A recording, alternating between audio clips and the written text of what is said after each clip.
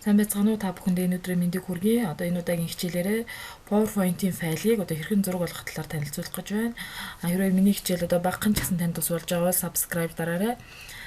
За PowerPoint-ийн файлыг одоо зураг болгох зайлшгүй шаардлагууд бол маш их гардаг. Энэ тохиолдолд бол зарим нь бол одоо PDF файл болгож байгаа зураг болгодог. Тэгээ эсвэл одоо скриншот ч юм уу ингээл янз бүрийн арга ашигладаг.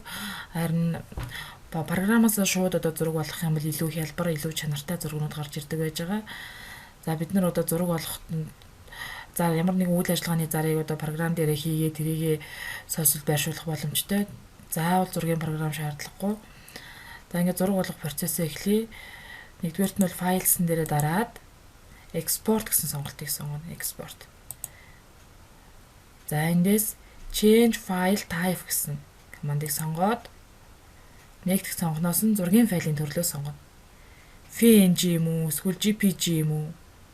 Ямар төрөл нь танд хэрэгтэй байгаа нь тэр төрлөө сонгоод өгнө. За JPG гэсэн төрлийг сонголоо. Save as.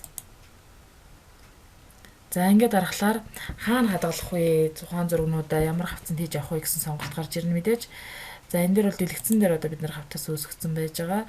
PowerPoint-ийн файлыг одоо зураг болгох гэсэн хавцас үүсгэсэн тухайн хавцаа сонгоод өглөө open командыг дарлаа. Эсвэл хавцан дээр хоёр дардсан ч болдог тийм ээ.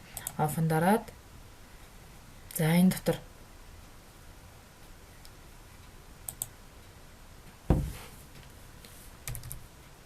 PPT-2 JPG гэж бичиж.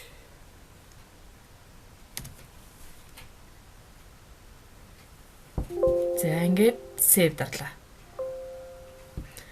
За энэ сонголт юу гэж байгаа вэ гэхлээрэ нэгдсэн одоо бүх слайдаа бүх хуудасаа зураг болгох уу эсвэл зөвхөн сонгогдсон хуудсыг зураг болгох уу гэж байна. All slides гэхлээр бүх хуудасаа зураг болгоно. Just this one гэхлээр зөвхөн сонгогдсон байгаа хуудсыг зураг болгоно гэсэн сонголт байна. Cancel гэх юм бол мэдээж үйлдэлийг цэцлэн тийм ээ. За all slide гэж сонголтыг сонгоод өглөөр дөрвөн хуудас маань дөрвөлээ зураг болж өгч байна. За одоо зураг руу хавц руу ороод харцгаая хэдүүлээ. Desktop руу орлоо. PPT-2 JPG гээд зураг болгосон хавц руу орохоор энд зургуудад харагдаж байна. Slide 1, slide 2, 3, 4 гээд. За ийм амархан байх нэ. Та бүхэн маань дагаж хийгээд үзээрэй.